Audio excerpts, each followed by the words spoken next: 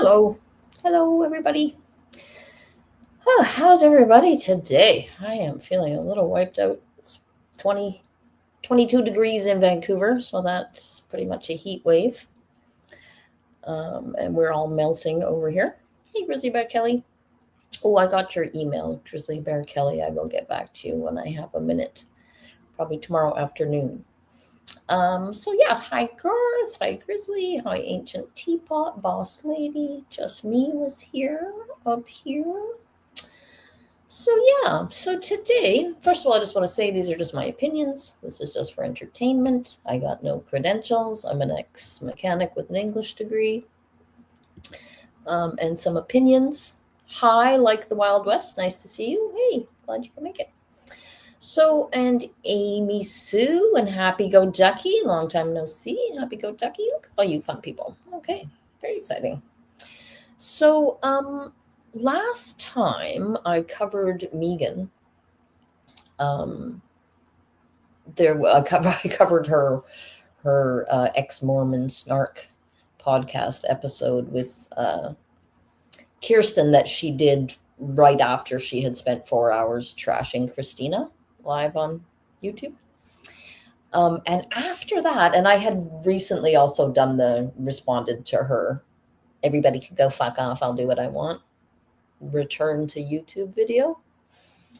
And so after that, Just Me was kicked out. Yeah, your comment was held for some reason. I had to allow it. So maybe it had something to do with that. Anyway, after those two episodes, I received an email from an immediate member of Megan's family. And he wanted to just share with me that, he felt that some of my insights about Megan were on point and wanted to share some information, to kind of help me on my way, I guess you could say. So I was extremely touched by that. And so I wanted to share some of that with you, and I got permission to do so.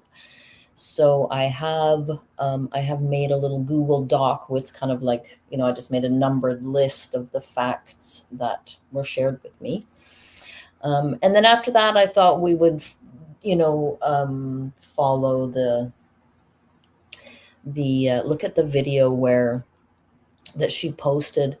So Adam Cox testified in the trial for Charles's murder, Lori's trial for her husband Charles's murder.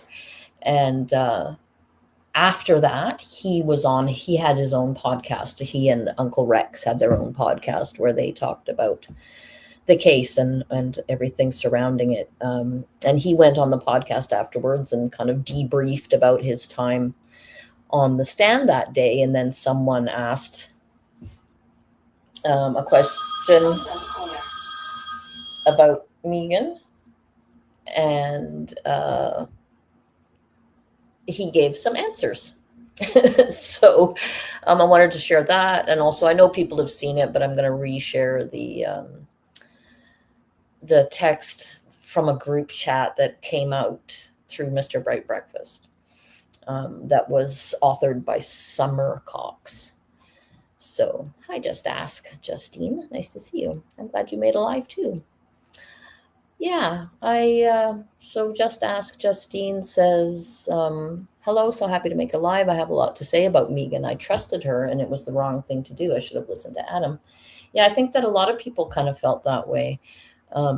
I think she sort of duped a lot of people who thought that she was genuine and sincere. And then, if a little bit boring, they thought she was sincere. But it turned out, following the Lauren Matthias hidden true crime saga, that Megan was a liar and a phony and a fake and a fraud.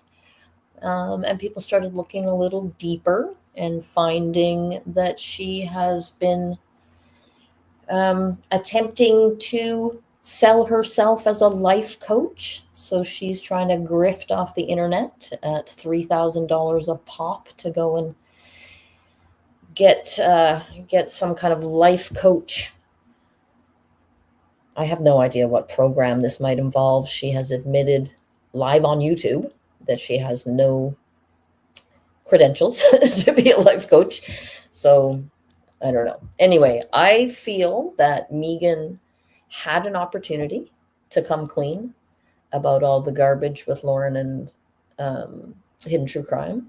Instead, she doubled down on all that shit. She attacked Kresha.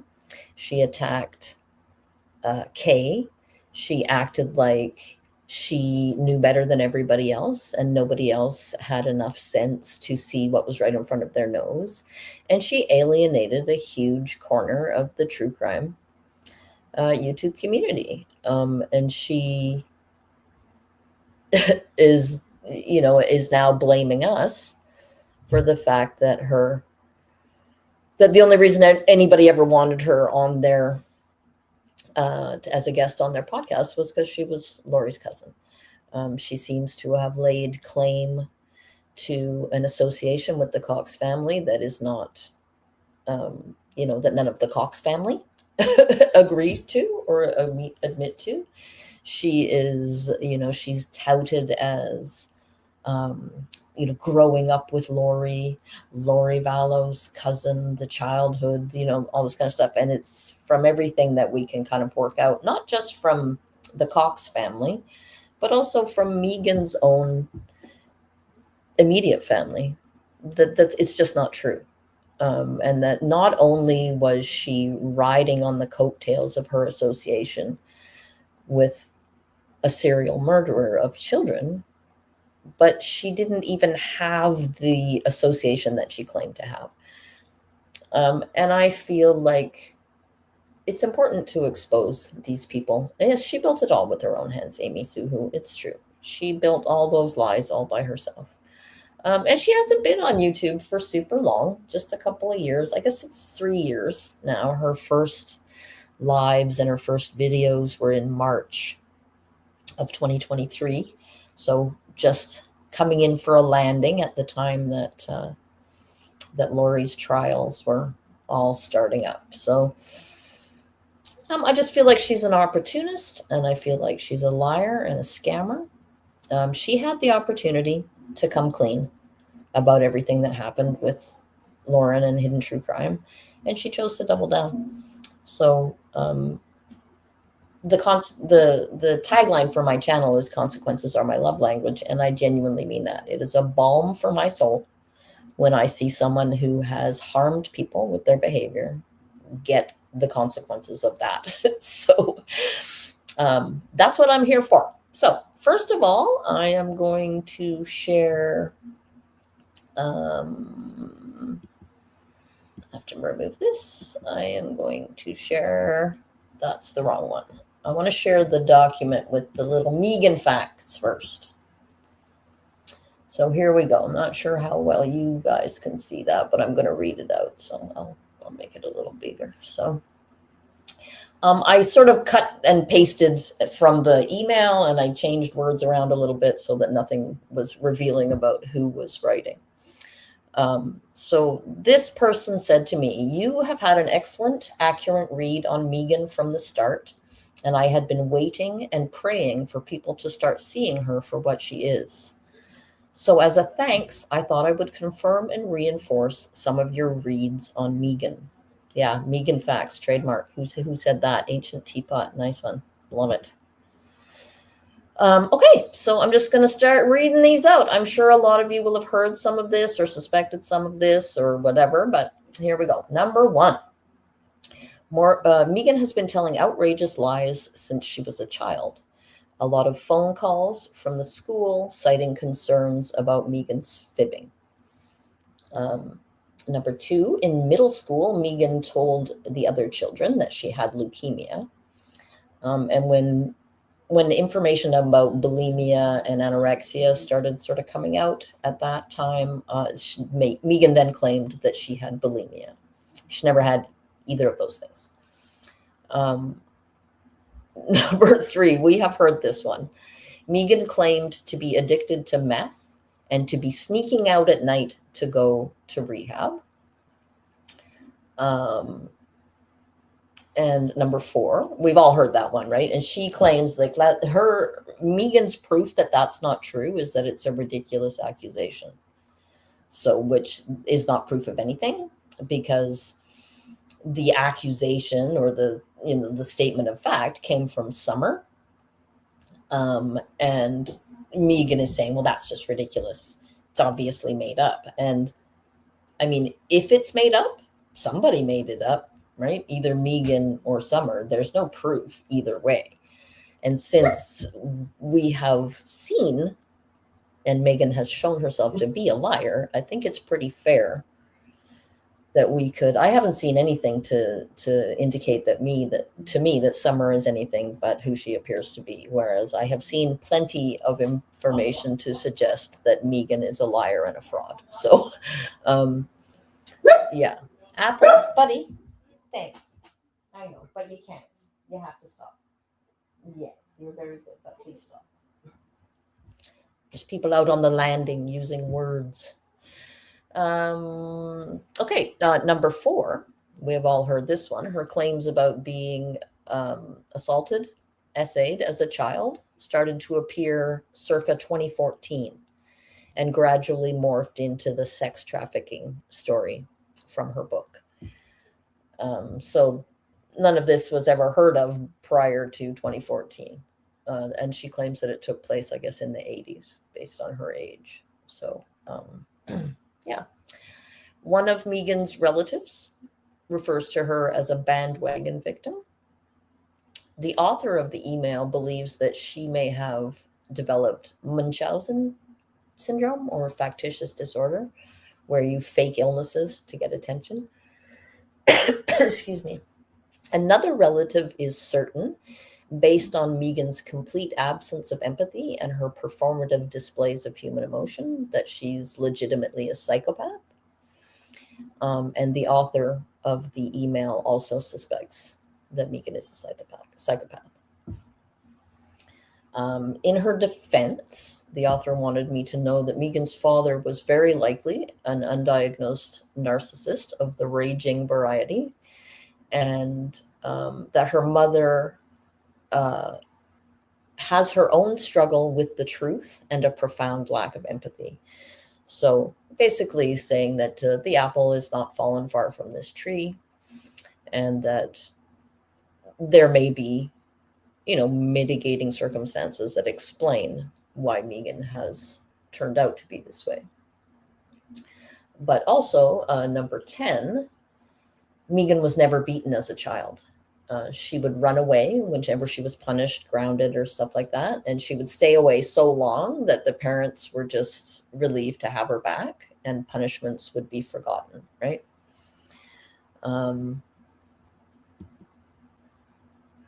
And the quotation after that was, she's always been pretty awful.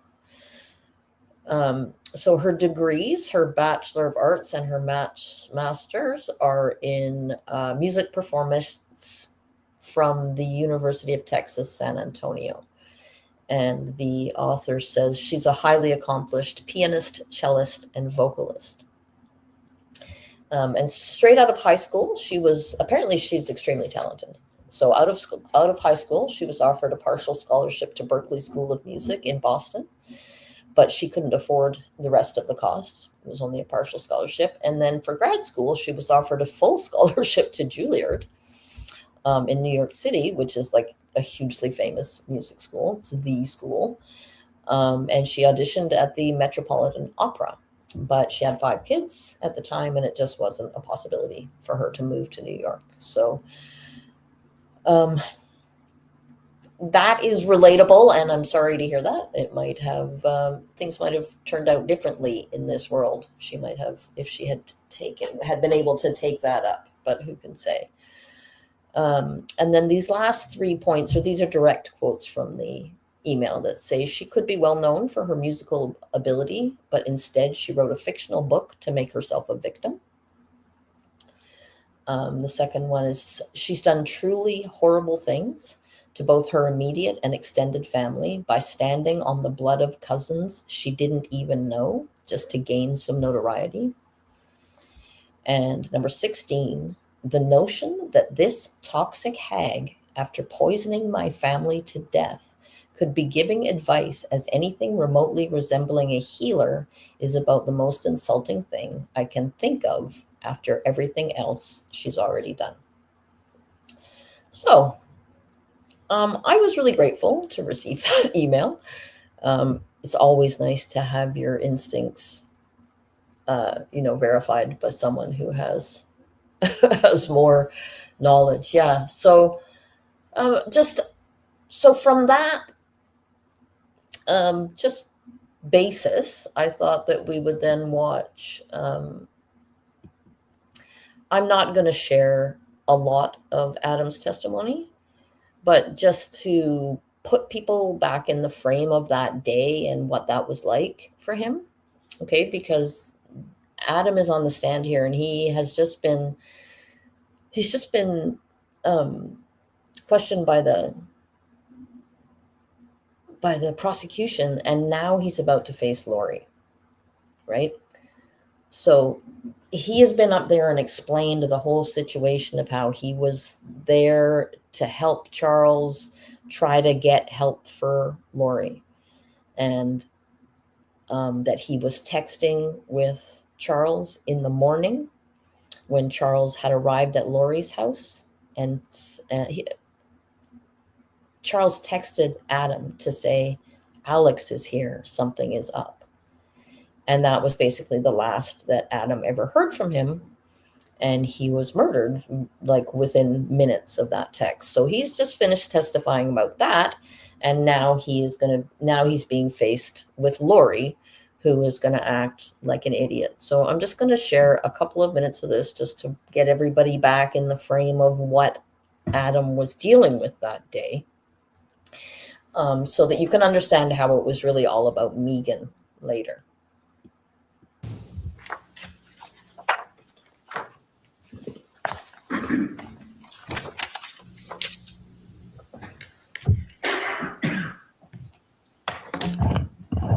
Mr. Cox, how long has it been since we've seen each other in person?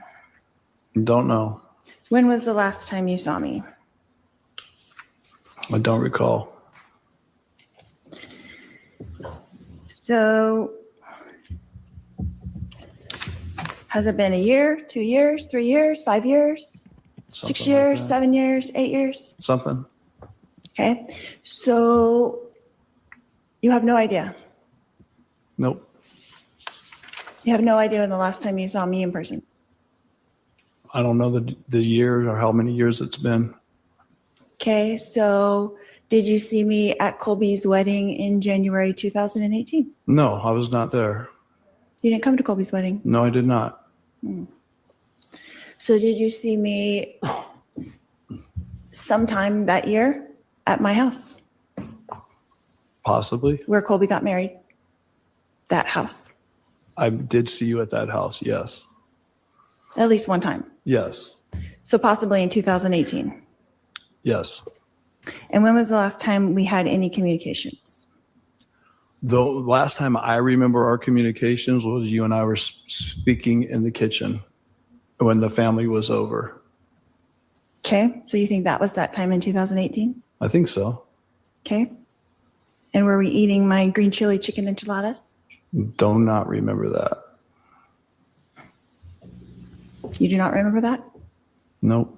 Is that what I made every time we had a family get together, which was like 10 times a year? I don't remember that. Okay.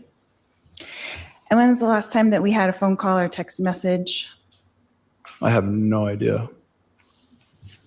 Could it possibly be around that exact same time? Possibly. Okay. So that was possibly in early 2018? Yes. Okay. Okay, so I don't think we really need to watch the whole thing. She just put him through, the paces just for the sake of it, just to try to humiliate him, just for God knows what she was thinking. But I just wanted people to sort of remember that scene and that, what he had gone through that day.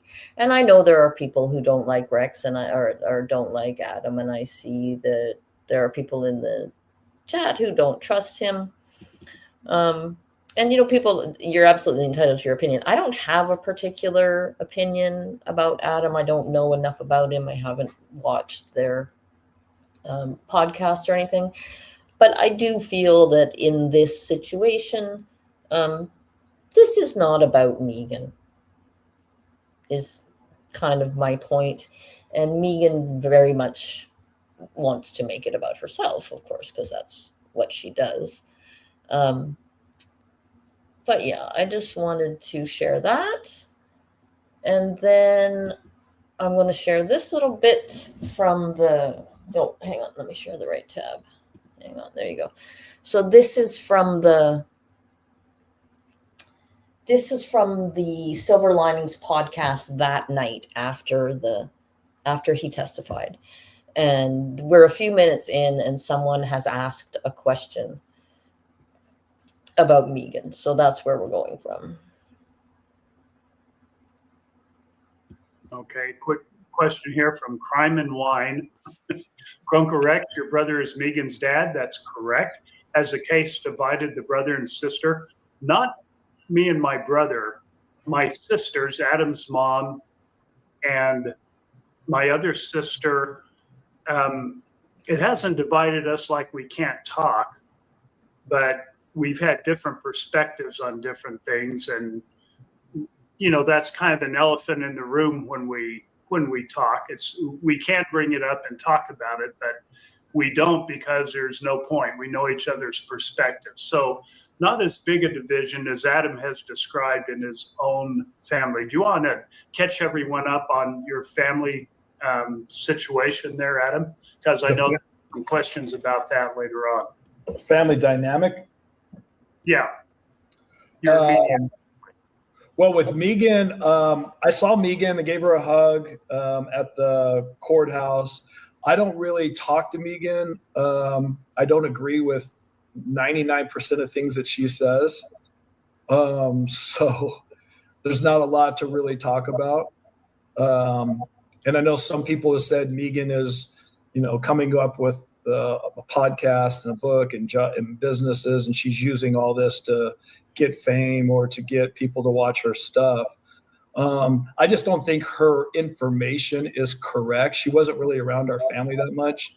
So I don't know. But that's the only part that, other than that, I think Megan's great, but I think there's some things that, again, we all have different perspectives of what happened and how things went. And so I think that part of it is a little bit difficult for me because the other side of the family, I think Megan is going against the church, and other people of the family are not happy about that. So there's a lot of division in our family within our family, within other parts of our family. It's kind of complex, actually. And I mentioned to people that.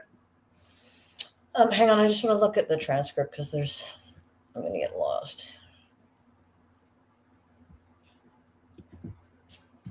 Sorry, I had it up and then it disappeared.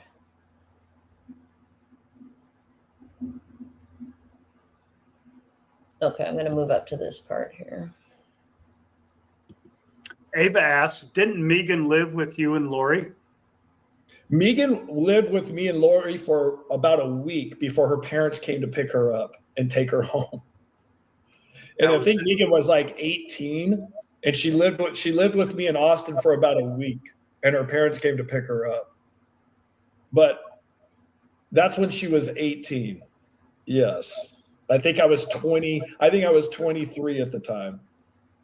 And Pam Keith sends us a $4.99 super sticker. Thank you very much, Pam. Very nice, very generous. Darlene Wesley, what do you think of Megan saying she had something to do with Stacy, Joe Ryan, and Alex's death? That she had something to do, meaning Lori had something to do with Stacy, Joe Ryan, and Alex's death, or Megan had something to do with them? No, I have no idea. Yeah. Like I said, when Megan talks, about 99% of it isn't true. So just be careful when you hear her talk. So Stacy was in bad shape. I know Megan has been saying that, Alex killed her or whatever. I don't, my gut tells me no. With Joe, I'm 50-50 if Alex and Lori somehow got into Joe's apartment and killed him, or Joe, I know he had a bad heart or he just had a natural heart attack. To me, that's 50-50 on that. And she didn't ask, I'll weigh in just a little bit. Referring to with Megan didn't say that Alex killed her, but I know the story she told, I listened to it, and, it leads people to draw that conclusion right away. So I think they may be talking about, I don't know, she definitely for sure expounded on that theory, the theory that Alex killed his sister Stacy, Lori's husband Joe Ryan, and I can't remember, but yes, she went on and on about that on the Mormon Stories podcast. So that's what they are referring to, I'm pretty sure. And then this. So now this is Megan. So this is Megan's response. She couldn't just let it lie because everything's about Megan. So here we go. I just really want to very briefly address So sorry, this is like she made us she did like a 50-minute video that day. And then this is like the last 10 minutes of it or whatever that she cut out and made a separate video. And she got literally 40,000 views on this. 40,000 people listening to this garbage. sort of some of the things that happened over the weekend. My cousin Adam testified in court on Thursday. It was a really tough day for me.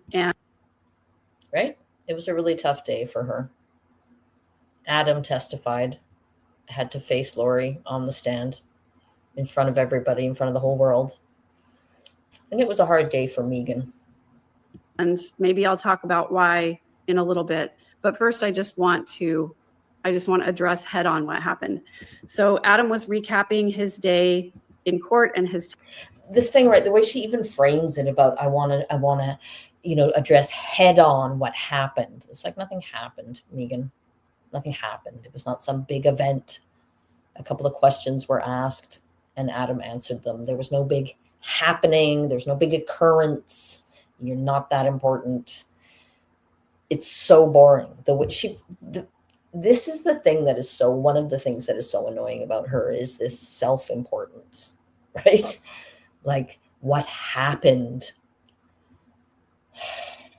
testimony. I was very complimentary of his testimony, as most of you saw in my recap that night. And hey, Tom's wife, Susan, I will be there very soon. I'm almost done. And I just got Tom's text, so I will text back in just a few minutes. So Adam got on the podcast and he was answering questions that Rex was putting up on the screen. And one might question, why even put up a question about Megan if it's not going to have a good outcome? But one of the first questions was, right? Because Uncle Rex owes you something. He owes you not answering questions about you. Is that what you're saying? While you're over here talking about everybody and expounding on all your philosophies about who killed who and when they did it and telling porkies about how well you knowing all these people and characterizing yourself as having grown up with Lori Vallow when that is very clearly not true. Please, Megan. Was whether or not he saw me at court and whether we talked. And he said, I don't really talk to Megan. We disagree on a bunch of things, so it's kind of pointless for us to have a conversation. He didn't say that, but okay. And then the next question that came up about me was a little later on, and it said, something about me living with him in Austin. And Adam said, Megan lived with us for like a week, and then her parents came and picked her up. Well, that's not exactly how it happened. Right. Maybe it is, maybe it isn't. Obviously, I wasn't there. And, if Megan was the one moving there and she was younger than them and they were her older cousins, perhaps her memory of it is more accurate. But for me, the salient point of all this is that to Adam, she was there for like a week.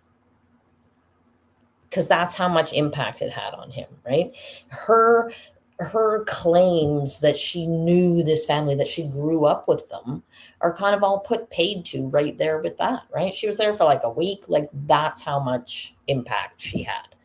And I think that she misses that point, right? She has to win. She has to be right. She has to straighten out the record, right? Just like she had to do with the text about that Summer had said about her, faking the sneaking out to go to rehab, right? She spent the whole time saying all of those texts could be fake, except that one, because she just had to straighten it. She had to correct the record about it, right? Like, I'm talking about, this man has just come off of having to testify against his sister, have to be questioned by her about the serial murders of his, niece and nephew. And Megan has to come out and correct the record about how long she stayed with him in Houston or in wherever it was in the 90s, over a week or a couple of weeks or whatever. Like, this is what I'm talking about with the self-importance. Me, me, me, me, me. See how this is all about me? None of this is about you. Even the conversation and the questions that they answered about you are not about you, Megan. Those questions were for Adam and Rex, not for you. This is not about you. None of that was about you. I did have a job while I was there. I was there long enough to get 3 or 4 paychecks from that job. So if she got 3 or 4 paychecks, I'm going to say she got 2. And so that would be 4 weeks tops, right? So even if it was 6 weeks, we're still talking about 6 weeks, not 6 months, 6 years. You did not grow up with these people. And then, as I've stated before, Janice flew into Austin to make sure that I left the apartment. They dropped me off at the bus station and I went to San Antonio. Adam was working at the time that all of that went down. So I don't blame him at all for not remembering that. Right. She's very kind to Megan. She doesn't blame him for not remembering that, but she needs to make sure that the record is straight. She can't just let it go. She can't just leave Adam to have his day on the stand and then to have his debrief, with his own family member without interfering. She can't just leave it alone because it's all about her. But then the next question that came up, Adam had some unfortunate comments to make. Yeah, so she didn't blame him for the first bit because he just has a stupid bad memory, not like her. Her memory's good. But now we're getting into the stuff that he's in trouble for. He said, when Megan talks, about 99% of what she says is not true. So you have to be careful when you listen to Megan. Now, I have heard multiple people say that Megan lies all the time. So the only person I have heard say that Megan doesn't lie is Megan. And I have literally watched her lie for several hours live on YouTube. So again, I don't know that much about Adam, but I do know some stuff about Megan. And I know from my own experience of watching her tell straight up lies about Christina and Lauren and CrimeCon and everything else, that she lies like for whatever reason.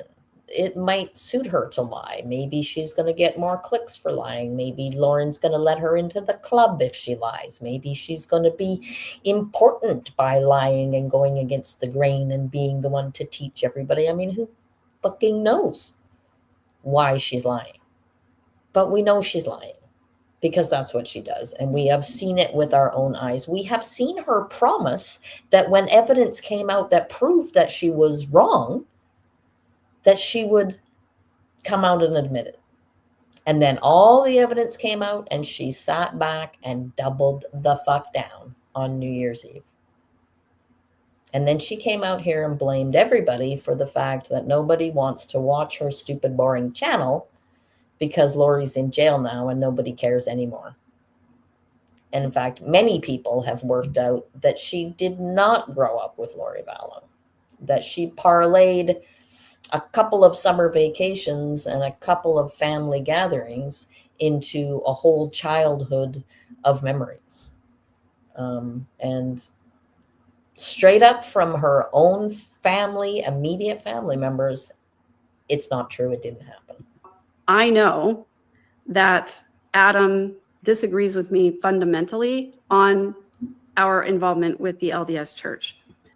That's not what he's talking about, though. But she's going to try to make it that that's what he's talking about, even though he very clearly said Megan's going against the church, and that bothers some members of the family are upset about that. He very clearly said that it was other people that were upset about that, not him. So she's going to now try to make this about not that he is accusing her or saying outright that she lies all the time about everything, but that it's about their differences of opinion regarding church doctrine. And it's a complete manipulation, and it's not true. And her very incurious followers are going to fall for it. So I'm going to give some leeway to say that maybe that's... She's so decent, Megan. She's giving him leeway. She's giving him grace because, she doesn't blame him. It was a long and hard day, and maybe he just doesn't remember. She's really, considering the terrible things he said about her, she's really very gracious about all of his terrible lies. That's what he's talking about. I have a specific stance that I don't believe the truth claims of the church are true, and he does. And so maybe... But he very clearly said that that wasn't what it was about. He very clearly said that with other members of the family, the religious differences. That's the lie that he's talking about. So I don't think that's the lie that he's talking about. I think that the lie that he's talking about is that she was close with the family and that she has inside information. And that seems to be the stance of all of the Cox family. Now, again, I don't know all of the Cox family, but what I do know is that they didn't all go out and murder children, right? 2 of those family members did. And Megan sort of attempts, and I have seen her do it, to paint the entire Cox family with this brush that is, to my mind, it's extremely simplistic, and it's extremely unfair. And she doesn't have any business doing that. And the fact that multiple members of that family and of her family have all said that the relationship just didn't exist is, to me, that's the proof is in that pudding. I texted him and I asked him to please clarify, specify, please be specific about any lies that I may have told. And he was not able to say anything specific. Maybe he just doesn't want to engage with you, Megan. And again, you're here saying this, but we don't have proof of that. This is just your word, right? So it's literally he said, she said. And as a grown woman, you should literally just shut up and take your knocks and just get on with things and leave him alone. Leave everybody alone. None of these people are interested in hearing from you, right? Leave people alone. It's not your business. But basically called out, why are you even here? This has nothing to do with you. Right? Why are you even here? It doesn't have anything to do with you. It doesn't. The fact that you knew them, fine. Clearly you knew them. I don't think anybody is denying that you knew them. But this whole, I am going to start the midlife revolution with my extremely deep knowledge of healing because I took a course of therapy for a few months. you know, and I'm going to be the big minded one who's going to forgive everybody for being stupid and not knowing what they're talking about. I don't think Adam gives a flying donut about your forgiveness of him for saying the wrong thing on that day. Like, I thought that was very clear. Like, be dismissed. He dismissed you. Just be dismissed. Just do it. Take the L and go on your way. And, you know, it's none of your business is basically what he told me. So all I want to say is, and this is what Rex and I have said this from sort of the beginning, is that we have different perspectives. We have different experiences, and each of us are entitled. You see how she tries to pry Uncle Rex away from Adam there? You see that little maneuvering, that little triangulating there she just did? Huh? Actually, Uncle Rex is the reasonable one. It's Adam. It's Adam who's the problem. Megan and Uncle Rex are the reasonable ones. Adam's the problematic one. I mean, just look at how he couldn't even come up with anything. When I asked him specifically what lies, he couldn't even come up with anything. But me and Rex, we agree. Entitled to our opinions about those experiences. Each of us are entitled to disagree with other family members who have different perspectives. Is she here to teach us something? Because that seems like what she's trying to do, right? She's trying to explain to us all what the proper way is to behave, and to show us how Adam didn't behave properly on the day that he had to testify against his serial murderer of children sister live in court in front of the whole world. Megan's here to explain how he was wrong on that day. And different experiences. Yeah, because her experience is different, right? But I will say, I believe. Right? The school marming is just, it's baked in with this woman. I cannot imagine what it must be like to be her child. She was talking in the Mormon Stories podcast about how when she left the church, how much fun she had sitting at home at the kitchen table teaching her children about Jesus. And I just was cringing inside thinking, can you imagine being taught about Jesus by this person? I mean, I nearly had to commit a felony when she tried to teach me about Enos, or Enos the penis. Probably that Adam and definitely Summer and possibly even Colby believe some things about me that are not true. This is one of her favorites, right? I was going to try to find the clip, but I didn't have time. This is how she explained away the fact that Kresha and Gigi and Kay Woodcock had negative experiences with Lauren. She explained that away by saying it's possible that they were just told things that weren't true about Lauren, and that they weren't able to make up their own minds based on their own experiences because they were just believing gossip and rumors that they heard, right? Now she's doing this here. And Trisha, right? That's Trisha's little MO now. She's telling all of her followers, if you hear bad things about me, don't believe them. It's just this bad group of people who are out here saying bad things about me, right? This is their go-to.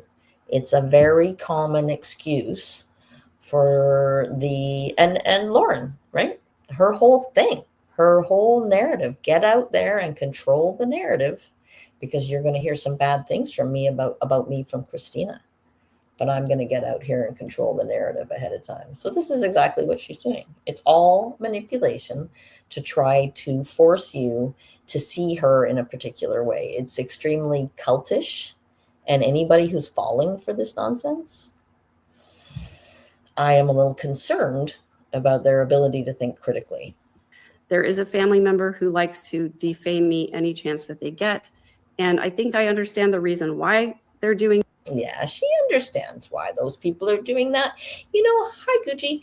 It's an awful lot like those women that she went into therapy with, that they just all didn't get it, right? And she could see she was all healed up because she was following all the therapy instructions properly.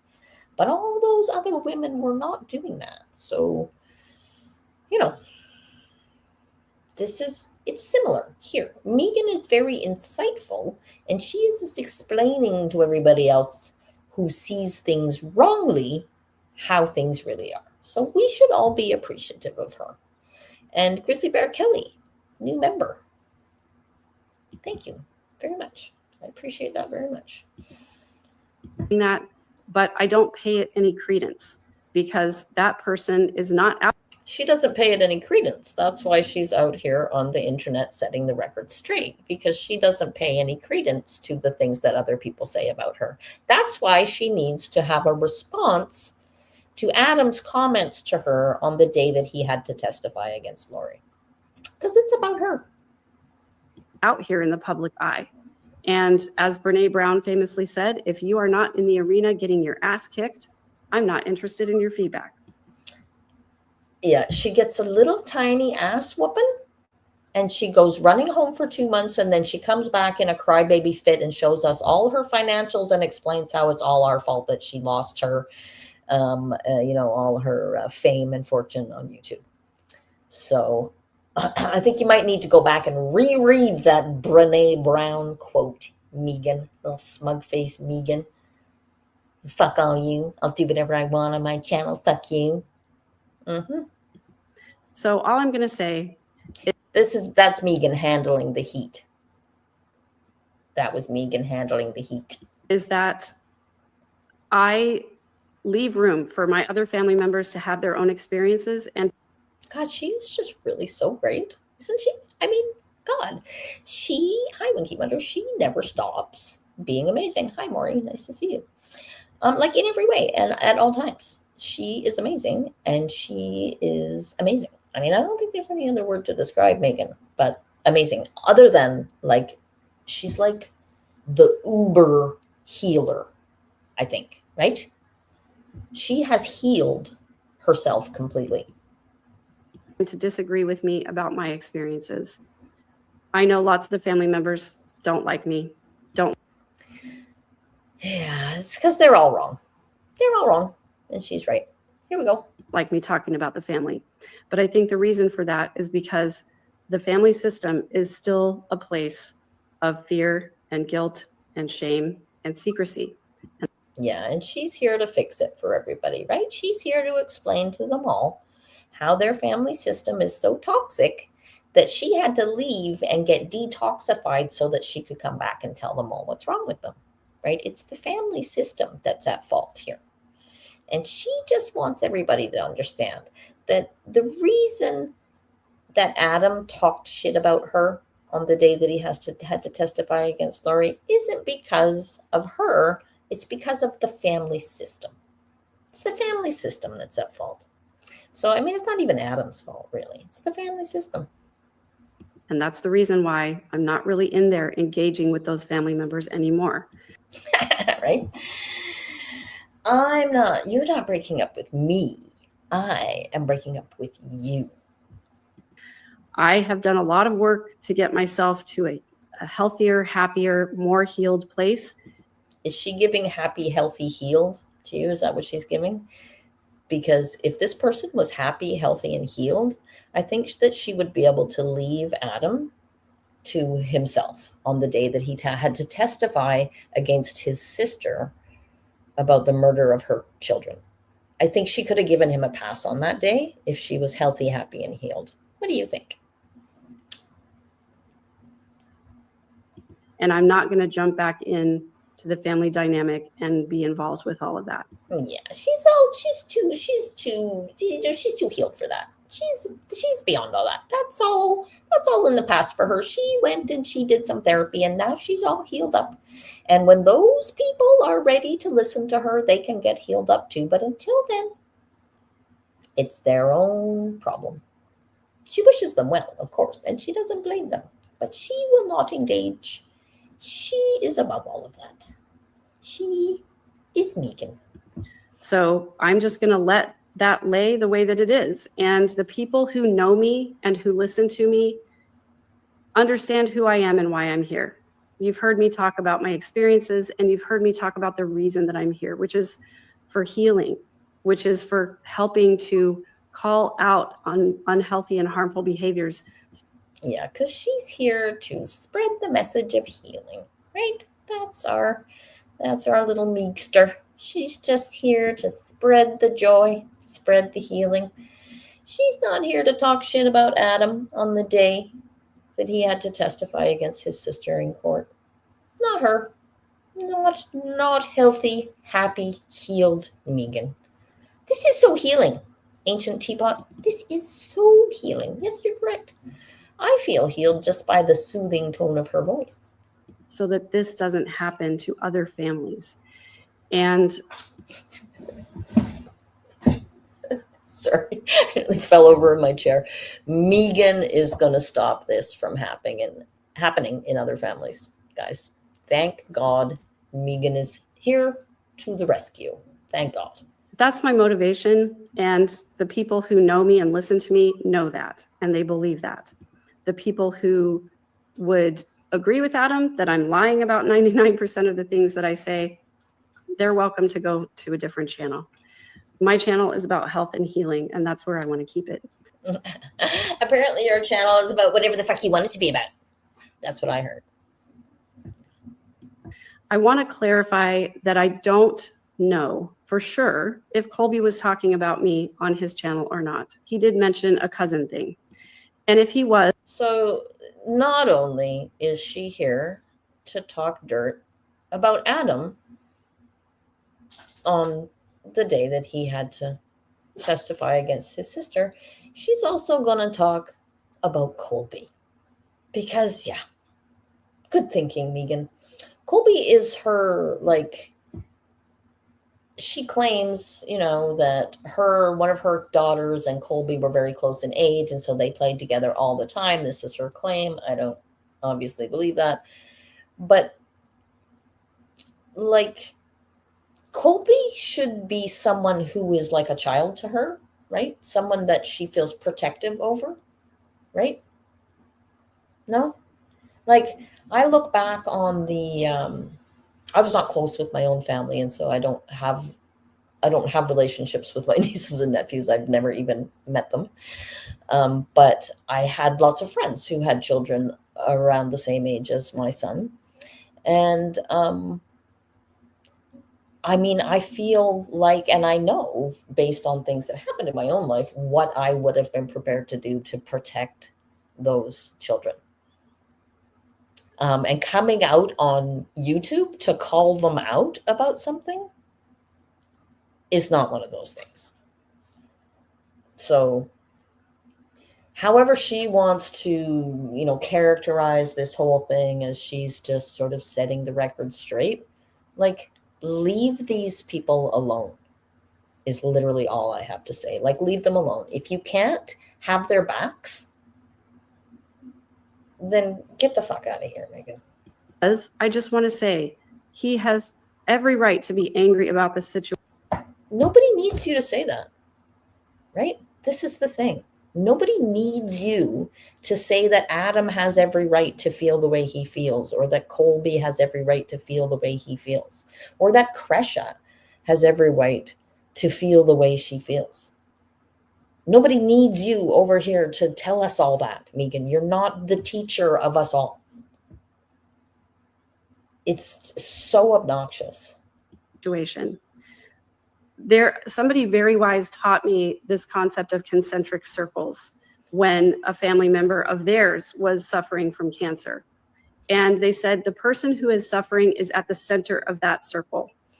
Nobody should go to that person and tell them how much they're grieving over this illness. The next circle out is their immediate family and friends. And nobody should come to them and tell them how much they're grieving about their family member being sick. So I'm thinking about this in the same way. And I'm thinking, I should come out here and tell everybody exactly how wrong they are for the things they said about me during the trial of their mother and sister. Right?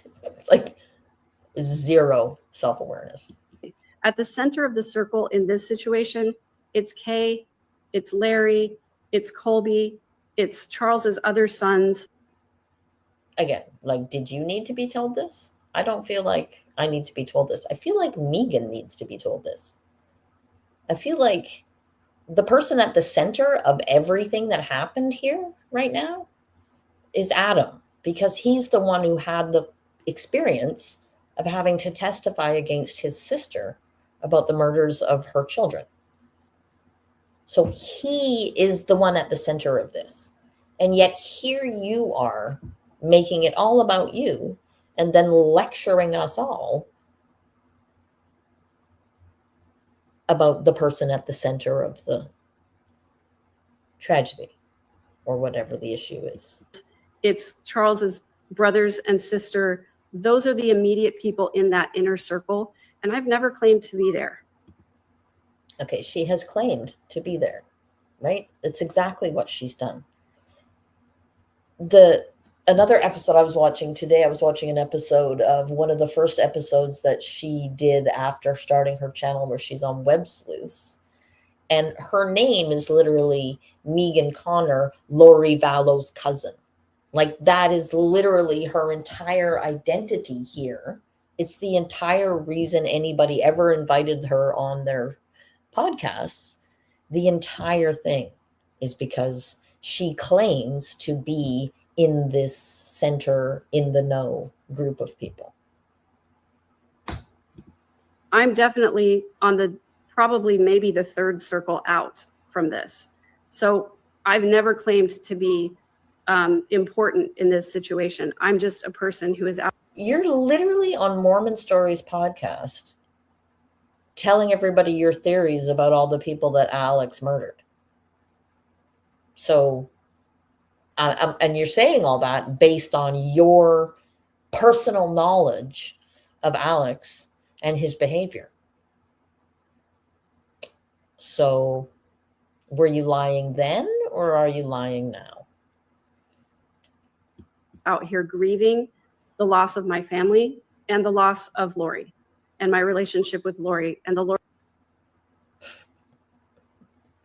I think Lori probably treated you a lot like Lauren treats you. That's my guess. And you are here trying to claim this relationship with her, that you were her cousin and that you guys hung out together and you did your hair together and you went on dates together. So which one is it, Megan? Lori that I remember, and the family that I thought that I had, when really it basically has come out in this exact trial that what I thought was, what I suspected all along was confirmed when Adam gave his testimony. Okay, so first, what? She just said that she found out that it wasn't what she thought it was all that time. It wasn't what I thought it was. And then she said when Adam gave his testimony, it turned out that what she thought all the time was true.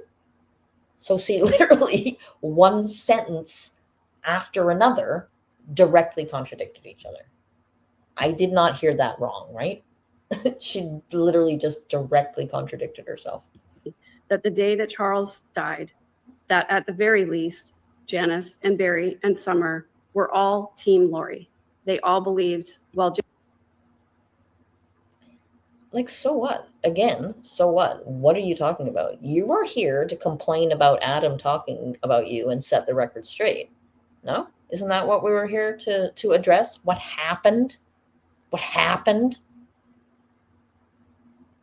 When Adam answered honestly that he doesn't much care for you and that you lie all the time and that you weren't that close to his family. She's exhausting. Like, it's 10 minutes. It's not even 10 minutes and I can hardly stand her. We're only 6.5 minutes in. Janice said that Alex was a hero that day. And to have it confirmed was pretty devastating for me. And that's one of the reasons why. What? how is this about you? Right? This is how she started off with this part, was like, it was such a hard day for me. It was a hard day for her to learn that Lori's family were defending her and didn't think that she had deliberately murdered Charles. Like, I don't really see that as damning of the family. I see that as people trying to cope in the moment with something that's unfolding that they don't know all the details of, right? And so, but for Megan, no, it was hard for her to learn that day that Lori's family supported her. That was hard for Megan to learn that on the day that Adam had to give testimony against his sister. That was hard for Megan. I'm doing it again. I'm looking at the comments like you guys are in the comments. I should be looking at the camera. Sorry, can't seem to get that. And she has no awareness. She thinks at the end of this, like, not only did she do all of this and say it all and then post it up there, she went and made a separate clip, a separate video of it to put it out, just, addressing Adam's defamatory remarks. Like,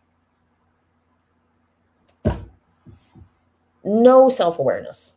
No self-awareness. She can't just leave Adam alone on the day that he had to testify against Lori. It has to be all about her. Why Thursday was so difficult for me.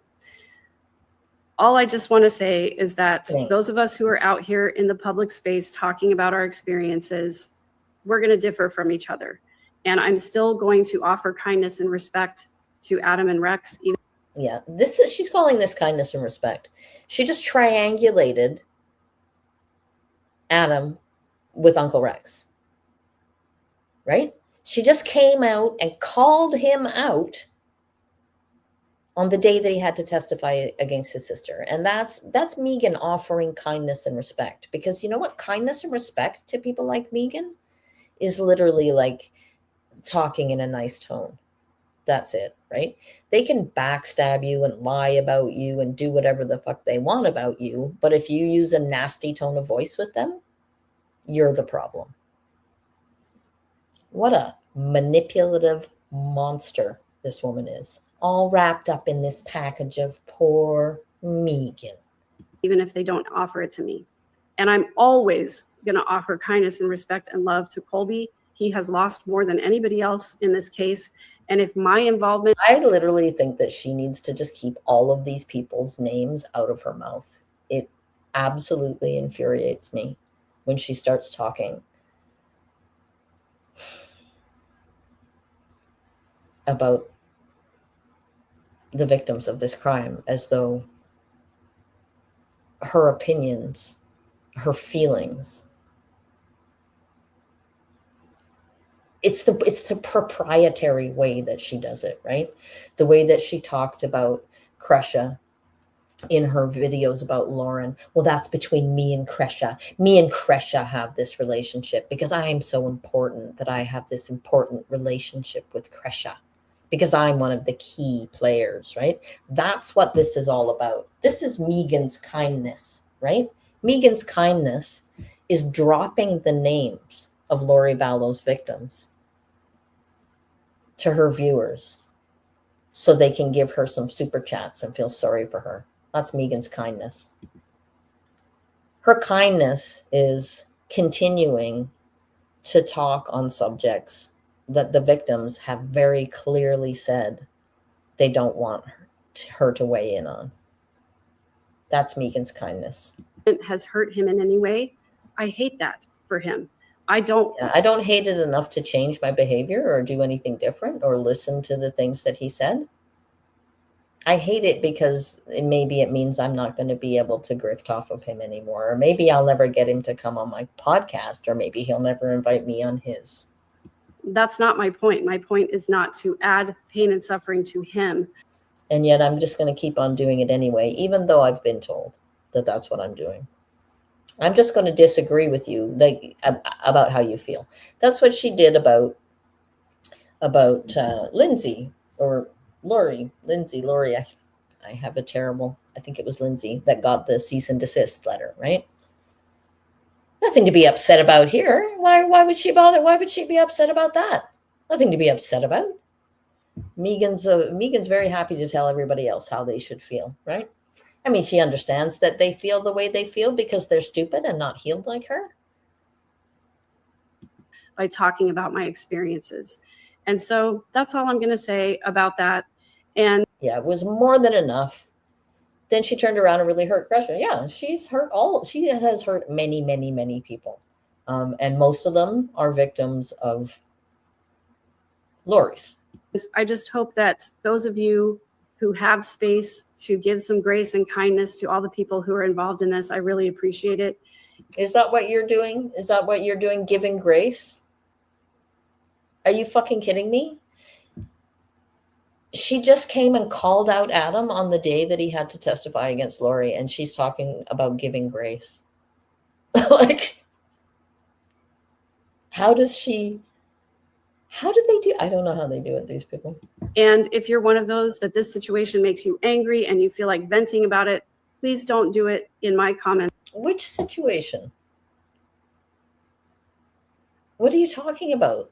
People calling you out as a lying grifter? Is that the situation you're talking about? Or you just came here to stir up some shit?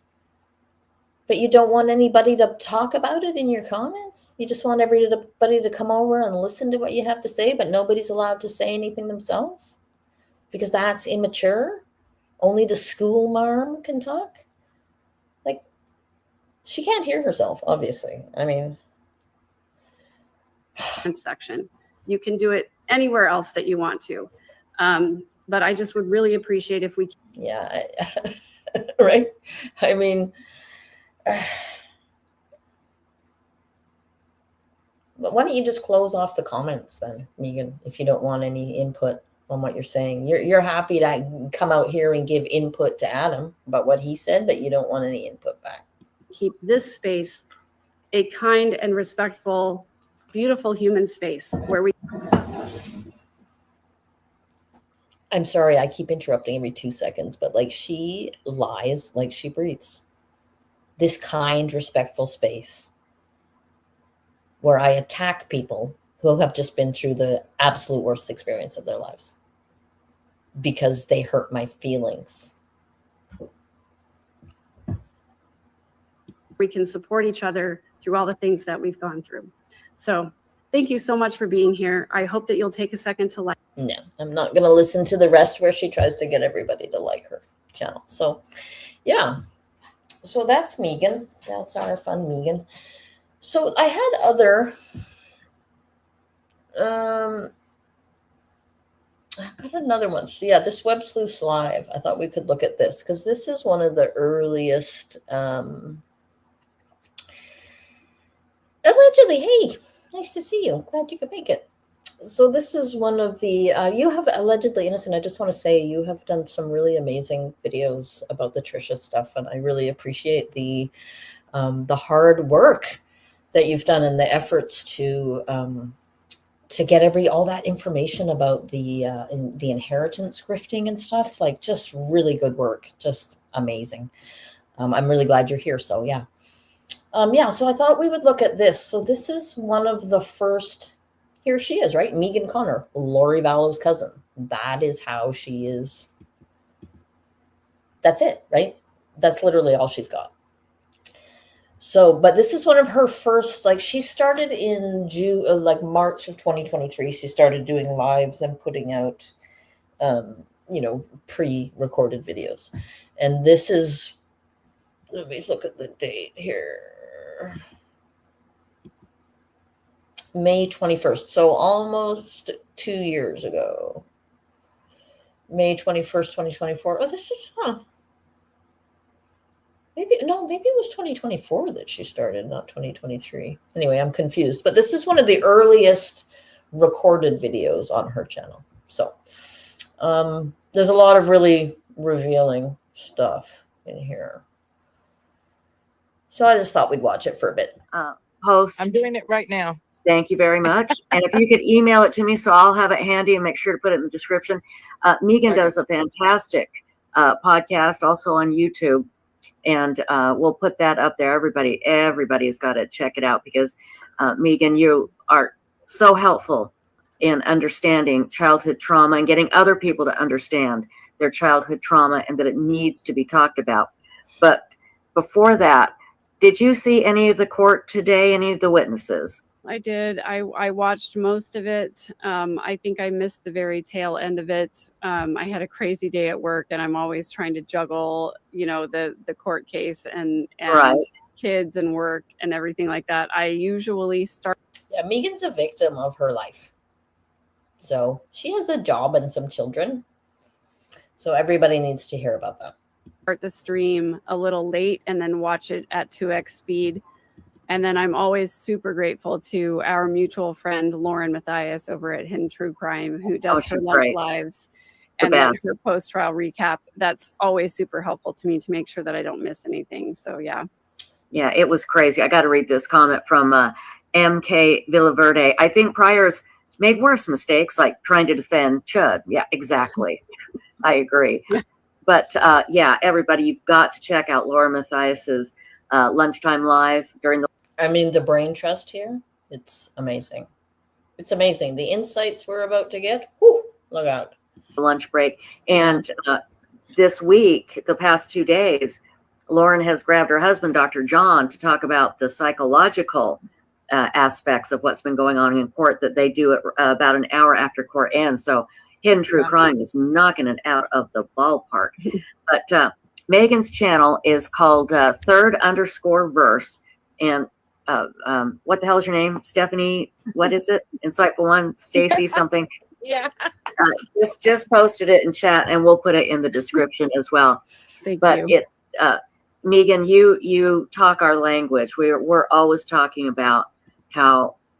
That's awesome. Somebody just put in here, do they have secret hand signals to recognize each other? I mean, yeah, they speak the same language. The language of the grifters. People have trauma, and we've got to stop creating monsters. And it's okay to admit you've been hurt, especially as a child, and to get the help that you need. And as you have found out in this family that you are part of, when you have brought up childhood trauma, family members don't like that. And there are members of the Cox family, of Lori's family, that will not speak to you, correct? Yeah, this is Megan's the myth, right? The myth is that she is the truth teller in the family, and she's the wounded healer, who's out there truth telling, and they're all still stuck in their messed up family system, and none of them can, see straight for their warped family system. Well, Megan's all the healed truth teller. So, I mean, it's kind of smart in a way, right? It's a smart grift because the fact that it's good cover for the fact that they all say that she's telling lies about them, right? I mean, I tend to believe the 10 people who've said she's lying over the one person who says they're all lying.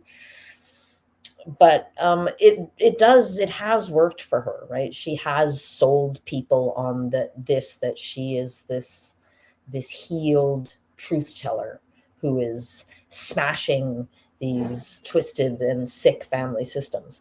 And the fact is that, like, the reason that it works a lot of the time, this grift works, is because these things are true in, to a certain, they are true, right? There are family systems and people get stuck in them and they get their roles and they become very protective of them. Those things are all true. But Megan is not in any way kind of qualified to be diagnosing Lori's entire family because she went to a few months of EMDR treatment.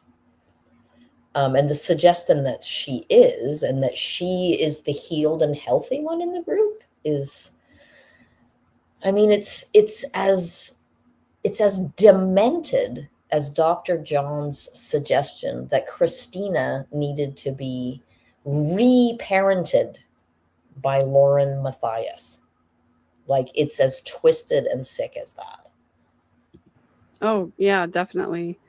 And I think what's interesting is that some people say, well, I don't have the kind of trauma that you've had, and so I don't feel justified to say that I've been wounded. But okay, yes, Megan's here to teach us all how to behave, and it's really fun. She makes me want to poke pins in my eyes, even at 1.5 speed. But here we go. We'll carry on for a bit. trauma is just a wound, and there is no such thing as like gold, silver, and bronze medal of the trauma. There you go. Right. That's one of the things that she does on these podcasts that I've seen her on, is she comes on and she kind of monologues, right? Like nobody asked a specific question, and she's on somebody else's podcast. I mean, and the fact that Trisha is such an appallingly bad interviewer, and she relies on her guests to provide all of the entertainment and has no idea how to ask questions or draw people out.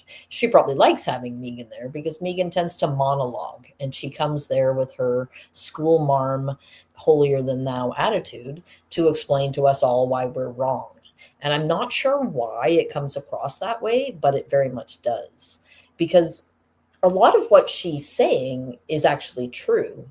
And yet I feel like committing a felony just listening to her talk, right? And yet I could hear and listen to the same thing from Allegedly Innocent, for instance, and be engaged and feel like I was actually learning something rather than that I was being talked down to.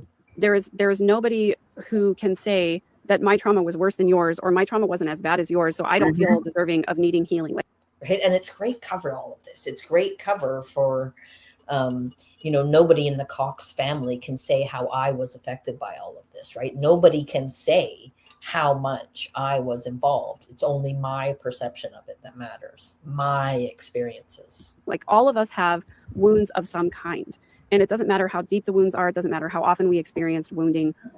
The point is that all of us develop habits around protecting ourselves from those wounds. Right. And sometimes those habits trend to the unhealthy side. And so we have to address those wounds to make sure that our coping mechanisms are healthy. And when our coping mechanisms trend to the unhealthy side, that's when we really need help from professionals.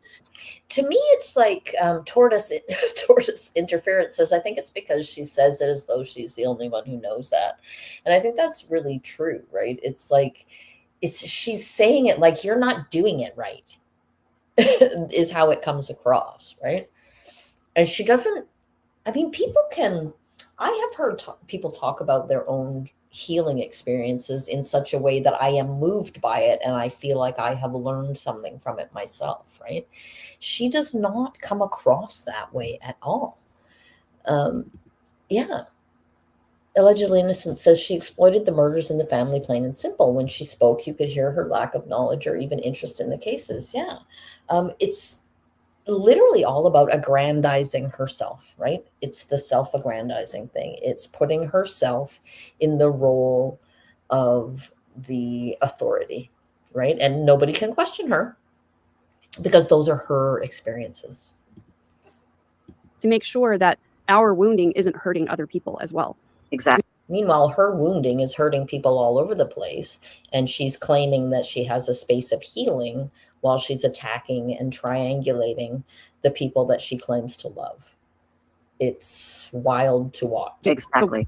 Yeah, so we all have wounding, we all have work that we need to do, and if we choose to engage in the work, then we can become healthier. If we choose not to, we steadily trend towards unhealthier behaviors, and that's where we end up with situations like this.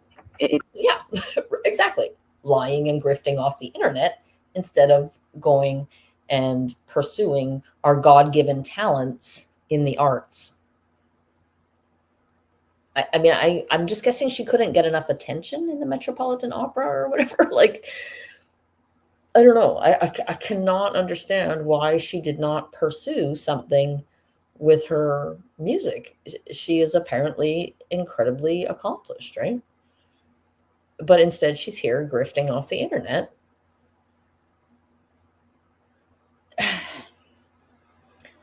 I don't know. Exactly. And now I know you didn't know Chad's family and don't know Chad Daybell's family, but from your experience, and I do consider you a professional, can you imagine the trauma? Yeah, right. She considers herself a professional too, even though she has admitted live on YouTube's that she has no credentials to be a life coach. And that when she tried to seek out the credentials for the life coach, she couldn't find them. So she thought, fuck it, I'll just do it anyway. That the Daybells have been through. I mean, really. Yeah, I do feel for them. And when you say consider me an expert, I'm an expert in my own trauma. That's all. Right. But your own Right. trauma, I don't even think she's an expert in her own trauma. She's an expert liar. I'll give her that. Megan is a professional trauma imaginer. Yeah, something like that, right? She was charging $1,800 for her course. Yes, but it's on sale for a mere $4.99 right now. That's the how to recognize bullies course, right? It's insane. Oh, I'm not sure what you guys are talking about. Anyway, okay, carrying on with Megan. She's fun.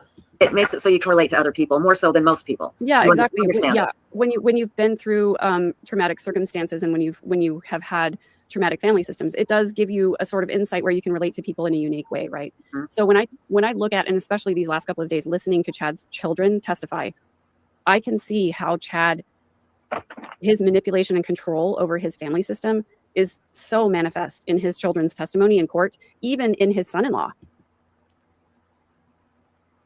A half-dead fucking beetle could see that, Megan. That's not insightful. That's just what's happening in front of the entire world. Is that supposed to be insight? My God. You know, Emma's husband who's testifying, it's obvious that he's even been influenced by Chad's coercive control. And I have so much compassion for those children who have no choice at this point but to defend their father.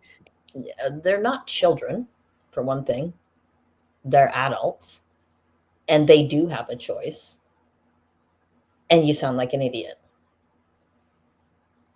And in even some cases to perjure themselves in order to defend their father, because if they don't, the stakes are so high for the loss of that relationship.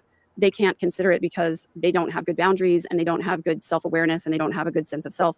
And so differentiating themselves from Chad and his theology is a form of abandonment to them. And that's incredible.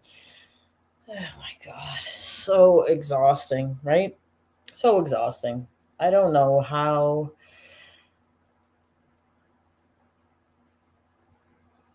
I mean, you just got to think about, like, when she finished this little podcast and she went home and she went to bed or whatever, was she just like lying there thinking, man, I killed it out there tonight. Like, I'm really doing good work. I'm really out there showing everybody the right way to be and showing them all where they're doing it wrong.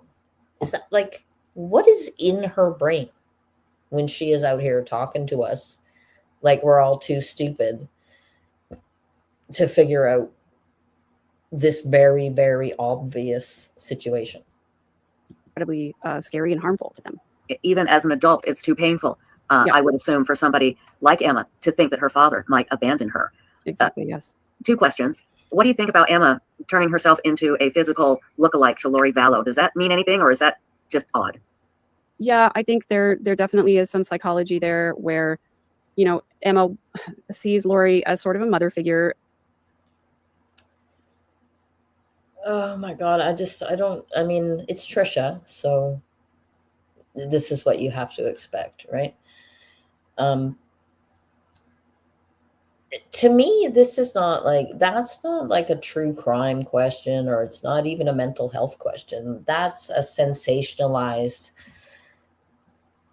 finger pointing kind of a question. Do you know what I mean? Like, even though Megan is trying to pretend like she has all this deep compassion for these children who aren't able to break out of the control that they have from their father or whatever, I'm not sure quite how to say it. Like, those kids sided with the man who murdered their mother. And she's talking about them as though they are, you know, small children who are in survival mode that will not be able to survive, right? I am not prepared to give them that pass. And yet I don't think that she feels any compassion for them at all, right? I think that she feels nothing for them, but she has learned the therapy speak, and that she thinks that she's being insightful and healing and accepting and open and all these kind of things, when we are talking about grown-ass adults who have made their choice, right? I just think it's phony, and I don't think she feels any of that. I think that she thinks that that's the way an actual healer would talk, right? Whereas I think that an actual healer might actually ask those grown-ass adults to be accountable for their decisions, and that's how they would help them to heal. She did comment before about Lori helping her through the grieving process of losing her mom. I can imagine whatever story that Chad told his children had to do with Lori helping him through this horrible process of losing his wife, and that they were married so quickly. I think really the narrative that Chad told his children, and he sort of spoke to this a little bit, was that Lori had also lost a spouse. And so they bonded over that, and they were able to connect over that. And I think his children just accepted that as, plausible, acceptable. And so I think Emma bonded with Lori over the fact that, oh, you're here for my dad in the worst time of his life. And of course, he's grieving over the loss of his wife. And therefore, the remains of his new wife's children being found in the yard are irrelevant? Is that where we're going with this? Because literally, what the fuck? You understand because you lost your husband too. So Emma making herself look like Lori is a way of her being acceptable to Lori and belonging to Lori. And so she's lost her mother. So she has this now mother abandonment wound that she wants to fill by replacing her mother figure with Lori, who has attached herself to her dad. So seriously, like, if I ever have to hear Megan say this mother abandonment wound ever again, oh my God, I don't know, something terrible will happen. I think it's very psychologically complicated, but it's understandable given the circumstances. I think Emma's been brainwashed by Chad, and therefore the only way for her to gain belonging and acceptance is to be accepted by Chad's new wife. Yeah, great insight, Megan. Well, whew. There you go. That makes absolute perfect sense. And next time we have Dr. John on, we'll ask him. But I have a feeling Dr. John's going to say pretty much the same thing, because that is the only thing that makes sense. We were talking earlier about how another cult leader named Gwen Shamblin, whose daughter, who she actually died in a plane crash, her daughter is now taking over her cult. Yeah. Would it surprise you to find out that Chad has said to Emma, with Lori in prison and me going to prison, you need to lead the 144,000 when the end of the world comes, which was supposed to come in 2020, but I made a mistake. So anyway, sorry, get in the weeds there.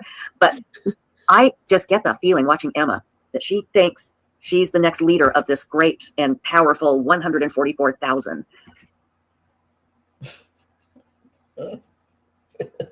This is supposed to be about Megan, but for the love of Pete, Trisha.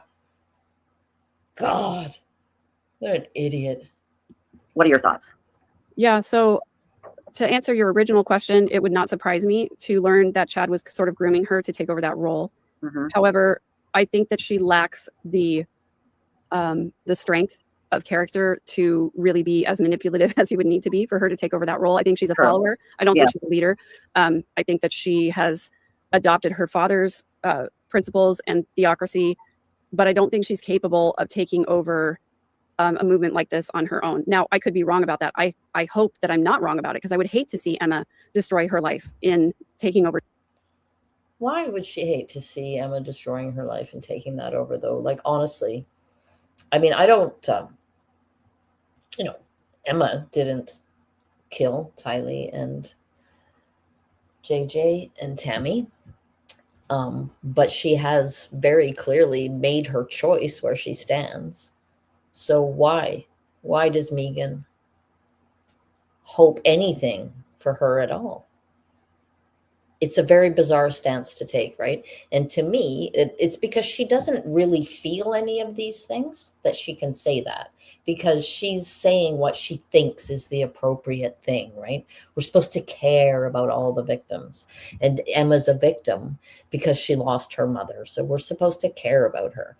But Emma has colluded with her father after they found the remains of children in his yard. So, she heard all the evidence that we all heard. So this is how these people give themselves away, I think, right? Like, Megan has this idea that being a healer means that you don't judge anybody, right? And she does that whole thing of like, everybody has to be nice and we have to not, make fun of anybody, and we can't tell jokes about this, and we all have to be mature, and it's like, that's just not how people are, right? And she just wants everybody to feel like they've been bad, like Turtle Boy was bad for drawing those eyebrows on his face. Everybody was bad for making fun of Lauren. We're all bad people for enjoying satire.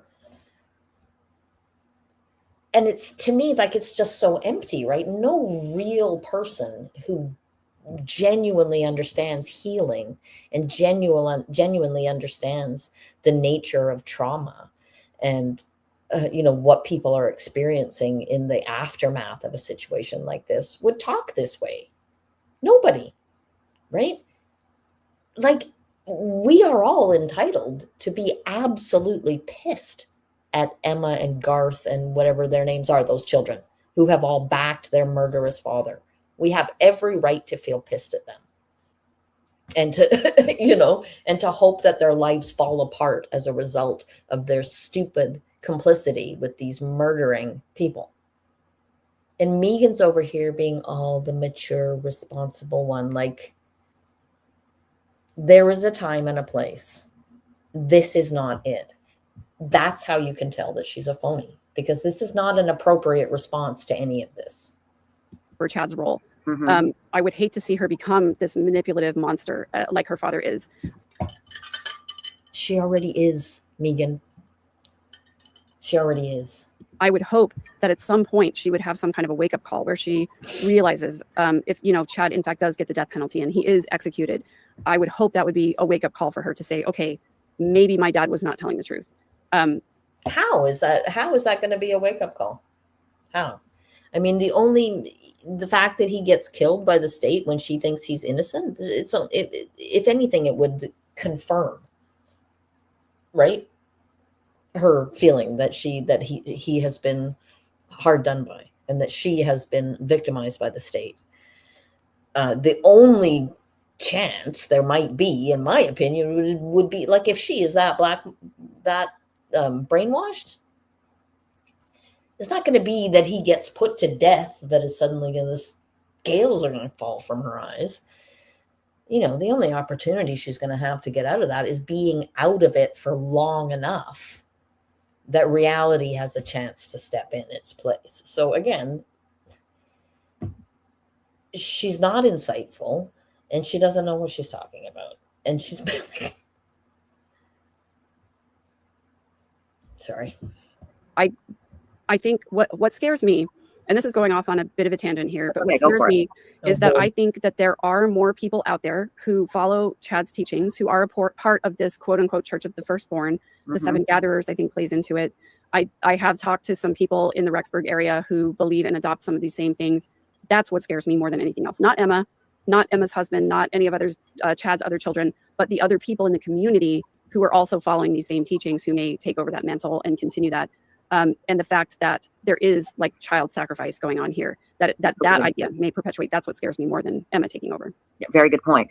There are people out there who go, I get why JJ was sacrificed. I understand. And, again, there's no understanding it. There's nothing to understand. It was just. Sorry, what? Did she just say, I get why JJ was sacrificed? I very much doubt that Trisha gets anything about any of this. Cold hard murder. And I'm going to go back a million times to what Larry Woodcock said. This is about sex and money. Forget about anything else. Chad wanted his storm played with. That's it. Cheetah No More brought up a good point. And you know Lori, you grew up with her. Yeah. And Cheetah No More says, I think that Lori brought fun and excitement to Emma. Probably a whole different type of mother figure than Tammy. Tammy was very quiet and reserved. Lori's a big personality, right? And she could probably really envelop somebody like Emma, don't you think? Oh yeah, and I think that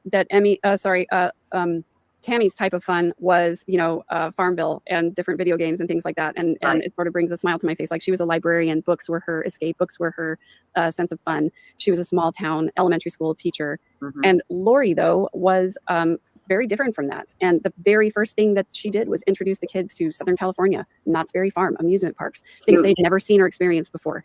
And so I think that's part of the tactic of Lori's manipulation and control, is to expose these kids to things they've never seen before, relate to them in a way that their mother never related to them. Oh, God.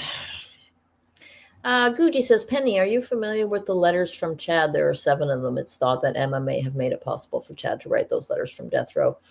I am familiar with their existence, yes. And I am familiar with the surmise that Emma is making it possible. I was looking through Megan's channel the other day, and she takes those letters and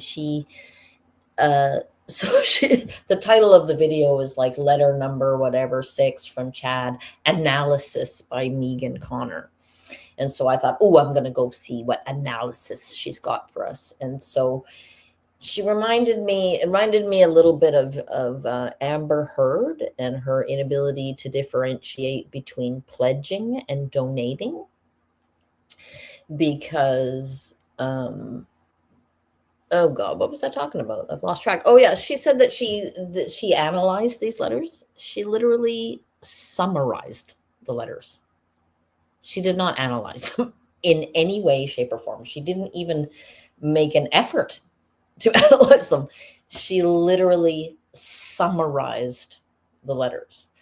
And I have to say that Megan the healer out here giving more exposure to Chad is not really in line with the healed healer shtick, because I mean, don't we want Chad to shut up and go away? Don't we want, like, she's always talking about, what I'm scared of is that these people are still out there and they're still, believing these things. And so instead of like doing anything at all, making any efforts at all to get those letters taken down or to get it all, hey, crush out my CCU. Nope, nothing like that. Nope. She's just gonna go online on her channel and summarize them for everybody. Like, to me, it's akin to those third rail people putting up Sarah Boone's journal where she tells her version of the story of George's death, right? It's exactly the same thing. She's just spreading this shit around, and she's not like, she's saying stuff like, oh, it's bad and this shouldn't be happening, but she's not giving any real pushback. She's not analyzing the content of the letters in terms of how it manipulates or what way how it manages to reach people, or how it brainwashes people, or how it's effective, or why it's effective, or which aspects of it are meaningful to the LDS, faithful. Like, nothing, literally nothing. All she does is summarize the letters. So instead of having to hear it in Chad's voice, we hear it in Megan's voice. That's literally it. Before, and sort of co-opt them onto her side of believing and thinking, calling Tammy her dear friend, saying that she communicates with Tammy in the afterlife, and saying, she's talking shit about Lori claiming to be friends with Tammy. And meanwhile, she's over here claiming this connection with this family that every single person in that family has disavowed. So what? Your mom wants you to know she loves you and misses you, like messages from the other side, another way of just manipulating and controlling these poor children who've lost their mom. Again, they're not children. They're adults. They were Tammy's children. Yes, that's true. But they are not children. They are grown-ass adults. And they have made their choice who they support. And been manipulated by their father. Exactly. And Tammy, what a lovely woman, worked hard, worked in the library, like you said, teacher, publisher, when they tried to kill her with the paintball gun, which was a rifle, she had been, I think, delivering food in the Relief Society, doing all of these things. And then you have. So literally the antithesis of these three. Certainly the antithesis of Trisha, who is singing her praises while in the background grifting off of Beth B and lying to everybody in her life so that she can throw all their money into a one-armed bandit. So, Lori, Mrs. America, goes out there in a bikini and she's woohoo, let's go to Knott's Berry Farm and party. Things that these kids, like you said, had never been exposed to. Mm-hmm. And all of a sudden, they're seeing what their dad, part of what their dad sees in Lori. And it just, like you said, it adds to it. It makes them accept that their father is saying their mother had to die, or, she's on the other side taking care of the kids. It is so ridiculous. Me saying it, doesn't that just sound so stupid and ridiculous? And yet, I would agree with that. It's sounding ridiculous and stupid. So on the one hand, these kids are so brainwashed by the LDS offshoot cult that Chad came up with that they can't even think outside that box even for 1 second. But on the other hand, they are completely mesmerized by the fun and exciting life that they have been introduced to that has nothing whatever to do with the LDS faith cult that their father is a part of. So, okay. So many people believe it, I think.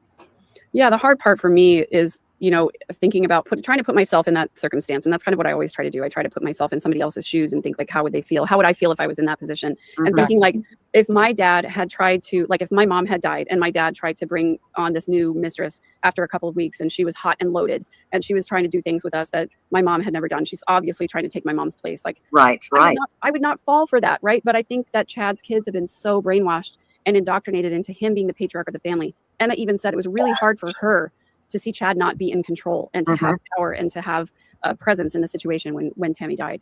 And, I just think that dynamic of being brainwashed into that patriarchy. I mean, so just to say, so not that they're not brainwashed or whatever, I couldn't really say, but like,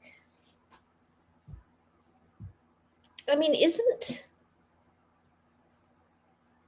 Chad also brainwashed then? Like, isn't that whole thing just a big brainwash situation? And if we can see that Chad is so badly in the wrong, why are we not able to just say that Garth and Emma, and I can't remember the other son's name, why can't we just say this is wrong? They are wrong to support him. They have betrayed their mother. And to support a murderer in order to protect themselves. Why can't we just say that about them? She seems to be okay saying those kind of things about Chad, but not about the people that are supporting Chad for some reason. For some reason, those people are victims of Chad. It was super harmful. And I can't imagine in the same situation, like a sane person who's not been brainwashed by their father, accepting this new person and this new idea and all of these new things. I would have taken my dad aside and said, Dad, this seems really harmful to me. How can you accept all of this stuff in the wake of what's happened? Like, can we take some time, take a step back? Like, let's figure this out. Is that what she would have done? Do you think that's what she would have done? I very much doubt that. Kresha says, I have a clip of Megan snarking about people clinging to killers once in prison. And it brings us to this point of Megan being who clings to them via analysis. Right? Like, what the fuck are you even putting his shit out there for anyway? The only reason those letters should be mentioned is to condemn them wholeheartedly and then move along. Like, there is no point. It's literally, she's a trauma vulture. She's a fucking trauma vulture. It's just another testament to me that these kids are not healthy, that they've been indoctrinated by Chad and co-opted by him to put forth his narrative rather than have their own minds about the situation. Yeah, exactly. It literally took her over 40 years to figure out that what is happening? It literally took her 40 years to figure out that there were some issues with the LDS church. And she's over here doing that, judging these people. It's crazy. Exactly, and that is very scary. And like MK Villaverde says, who else? How many others are brainwashed? It's not just Chad and Lori and Alex and Zulema, who is now supposedly not brainwashed. I still have a problem with Zulema. Do you know who Zulema is? Yeah, of course. What do you think of her? That's Alex's wife. They were married for like a week or two. Yeah, so I think about Zulema, Melanie Gibb, Melanie Pulaski, all of this even Audrey Bertario, although I really appreciated. A curious-minded seeker says, I think it's possible to be both a victim and a perpetrator. Don't most of us live in that murky gray middle sometimes? It's one of the awful things about these fundamentalist cults. Yeah, exactly. And I just feel like she does not offer any kind of nuance at all, right? And this whole business of being on the side of these terrible victimized, brainwashed children who have decided as grown-ass adults that they're going to support their murdering father. Like, why are they getting such a pass here? It is wild. Her testimony in Lori's trial, I think of all of these people who were in the sort of quote unquote inner circle with Chad who bought into these beliefs. And then all of a sudden, when Lori got arrested, said, oh, I don't believe that stuff anymore. It takes longer than that to deconstruct a belief system. Exactly. And so I think there are parts of those people. It takes longer than that to deconstruct a belief system, but Megan did it in a few months of intense EMDR therapy, and now she's all healed up.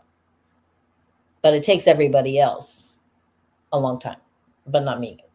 Megan just takes a few months. People that still want to believe what they bought into, there's the sunk cost fallacy of like all of the time and effort, energy, resources that I put into this endeavor. How do I reconcile that with wanting to move on and do something different? So I have questions in my mind about all of those people who participated, how much they still believe and how much they've been able to let go of. Right? She has questions about all those people, but she managed to deconstruct Mormonism in a few short months, and she's all healed up now. Hey, Christina Mack, nice to see you. Glad you could make it. Personal introspection and self-reflection is incredibly rare. And we are not seeing any of it here. Most of the time, we don't find that unless we're held accountable on some level. And so you can barely get through a couple of sentences with her. She's so oblivious of herself. She got all that pushback, and what did she self-reflect? No, she did the meme. She did the Principal Skinner meme. Am I out of touch? No, it is my clients who are wrong, right? Oh my God. Zulema, Melanie Gibb, Melanie Pulaski, whatever level of immunity that they received from the state in exchange for their testimony is actually a way of delaying their accountability in this case. Oh, shut up, Megan. Tortoise Interference, thank you very much for the super chat. It says, I think Megan gives them a pass because she feels she still needs one. She's hoping people will treat her the way she's treating Emma and co. Huh. That is quite an insightful thought. That hadn't occurred to me, but yeah, it could well be that, right? Yeah. Because it gives her an out. Great insight. Thanks for sharing. Wow, good job. Yeah, she just is exhausting. I find her insights are, you can literally find them in the lid of your Snapple bottle, right? Like, this is the level of insight that we're going to get from Megan. So if you're not held accountable to it, then deconstructing it is even more difficult. And so it does give me pause. It makes me scared for the future of those women and for the things that they may engage in the future, how they may be susceptible to other cult systems and other harmful beliefs.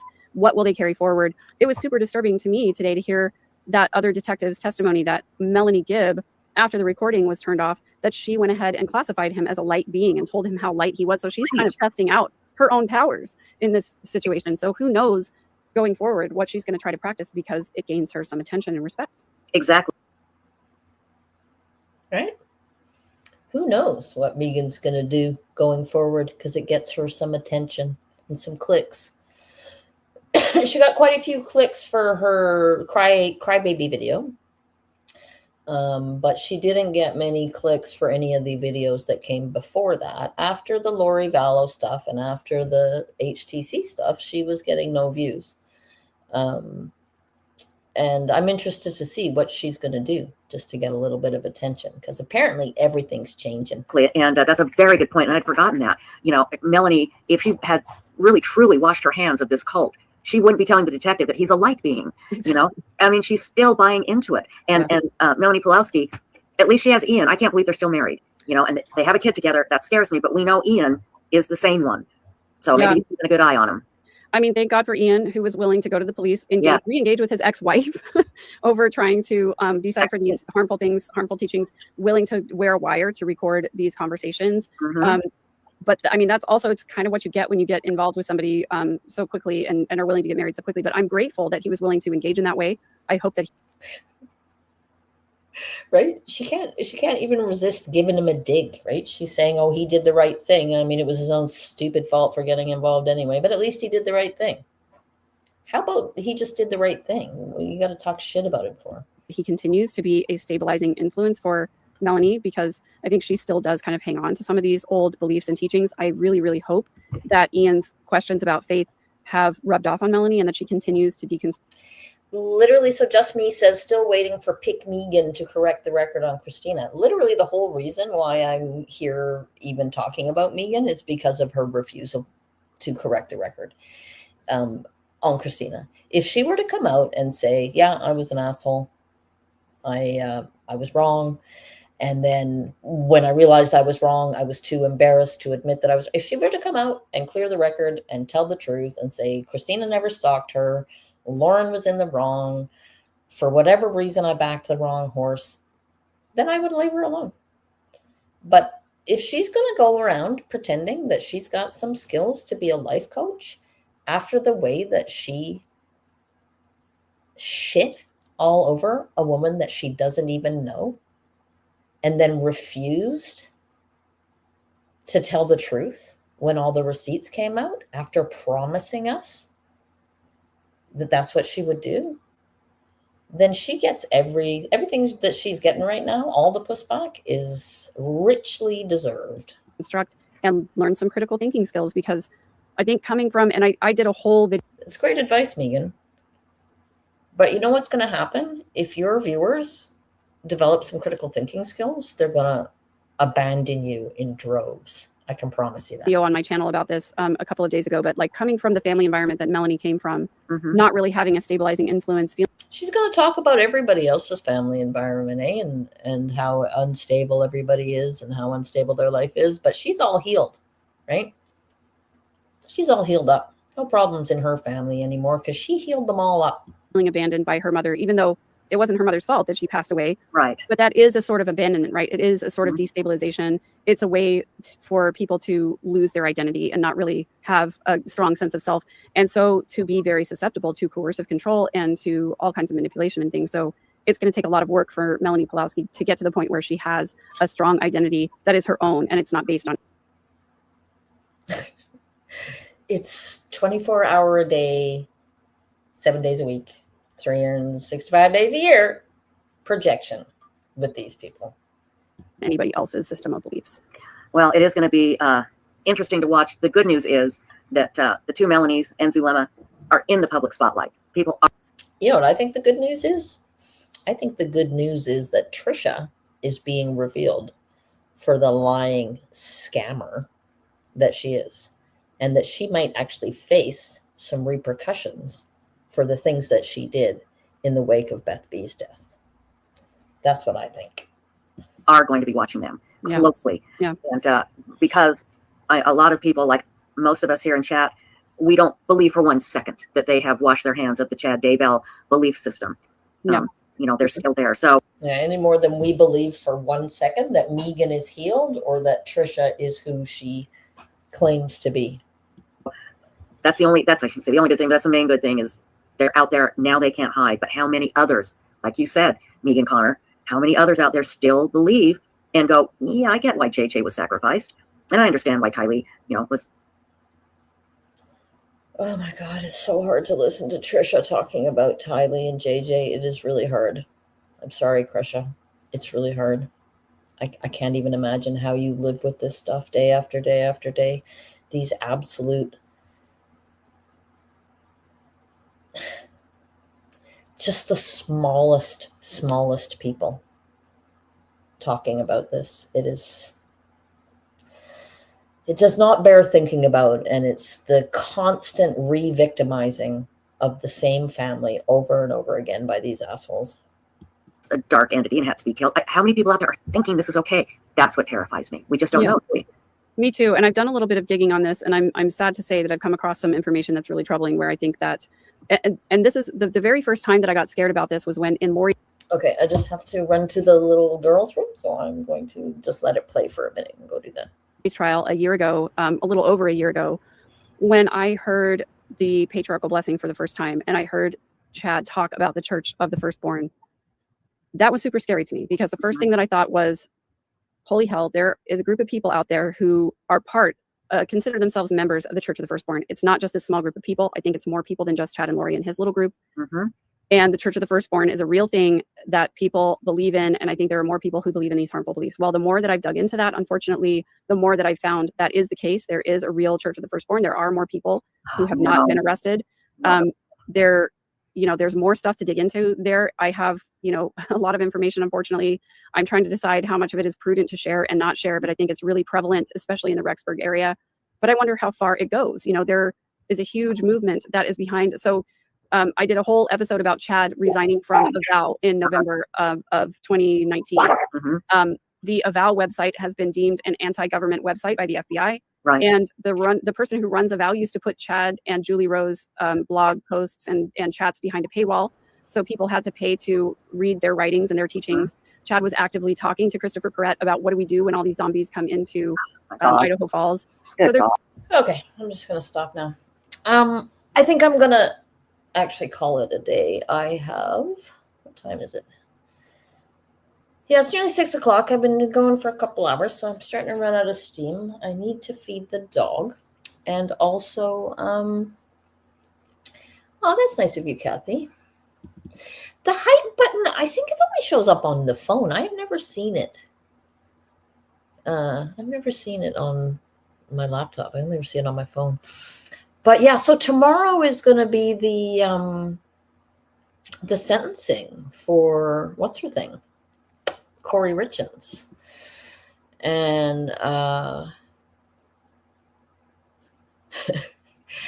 and I'm going to live stream it. So I have to organize that, and I'm going to go do it from my foster sister's house, and I have to be ready to go and do that. So I'm going to go over there tonight. And so I'll be ready. So I'll be ready tomorrow. So thank you, Allegedly Innocent. It was wonderful to have you. I'm glad you could make it. It's I have been just so impressed by all of the work that people have been doing on this Trisha story. And your videos have just been amazing, Allegedly Innocent. So I'm glad you could make it. And I'm glad everybody's having a good time. And if you want a copy, do you want a copy of the Trisha deposition? Because I'm going to send some out on Thursday. So if you want one, just let me know, Allegedly Innocent. I'm very happy to share. Yeah. Hype is only available on replay. Okay. But it's also, I think it's only, okay, yeah, I will send it to you then. But what's your, email me. It's dreadfulpennytruecrime@gmail.com. Email me, and then I will have your email address, and then I can send you a copy on Thursday when I do the same for, I think, Jay and Jolene and Kresha, etc. So do it right now. Yeah, I'm very happy to send it. I'm really looking forward to other people's takes on the deposition. And there's still 3 more hours of it to go. So I'm going to get the second part out on Thursday. I still have to do the redacting of the names, but I'm going to get the second part out on Thursday. Tomorrow we're going to live stream the Corey Richins sentencing. And yes, I have very much enjoyed this live. And if you weren't here at the beginning, go back and watch, because after I did my last couple of videos on Megan, I was a member of her immediate family reached out to me by email. And at the beginning of this live, I shared the things that they told me. So if you missed it, you're going to want to go back and see that, because it's pretty revealing. So yes, I will love you and leave you until next time. Boss lady, I will see you bright and early tomorrow. And yeah, we're going to live stream the Corey Richens. I expect it's going to be emotional. I feel like Eric's sisters are going to break everybody's heart with their victim impact statements. And if you have heard the pre-sentencing memorandum by the prosecution, then you know that those boys have been through some hell. So it's going to be an interesting day. I expect it's going to be very emotional. And I hope that some of you will join me on the live stream tomorrow. So until then, thanks for coming. We'll see you.